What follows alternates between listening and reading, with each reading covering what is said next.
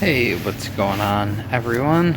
Uh, wanted to touch base on something that it's a little bit of a trick that people may or may not be aware of. So when you go to do your intel, alright, obviously the rescuing survivors and the exploration challenges don't take up marches, but obviously the infected ones do, to go out and eliminate infected. So if you're like me and you don't have a whole butt ton of troops laying around, sometimes if you use the equalize function, that makes your marches too lean on troops to be able to defeat them.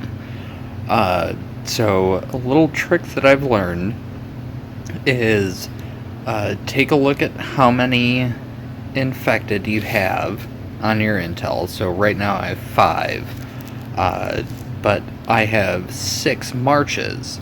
So, a little trick that I've learned, you cut one of those marches out by occupying an empty tile.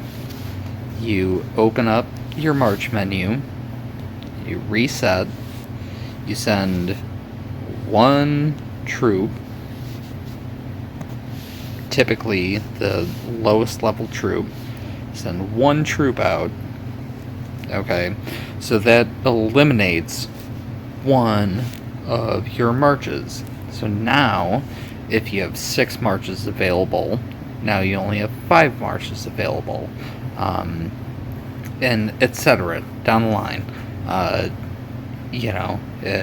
It's you base it off of what you're working with, and how many marches you have. I actually have 1 out right now, but as luck would have it, I can use urgent recall, which anytime you get a call people back, if you have it available and you don't plan on using it anytime in the near future, you can use that, get all your troops back. So I'm going to restart that. I'm going to clear out my march by hitting reset. Then I'm going to go down, just because I prefer to not send infantry out for stuff like this. Doesn't really matter, it's just 1 troop, not going to make a huge difference. But okay, so now I have one troop, but 1 march out occupying a tile. So now I only have 5 marches. So when I go to send my intel march, go to attack, then I open up my menu and I hit equalize, it has a the march fills higher than it would if I had 6 marches available, because that's what equalize does. It divides your troops up amongst your available marches. So if I were to send 2 marches out, then it would have even more troops in it. So since I have 5 intel to do, that's why I only sent out 1 march, but I can go down a line, and for intel it doesn't really matter what heroes you're sending, but it is a nice little trick if you're just starting out, or if you have a weaker settlement.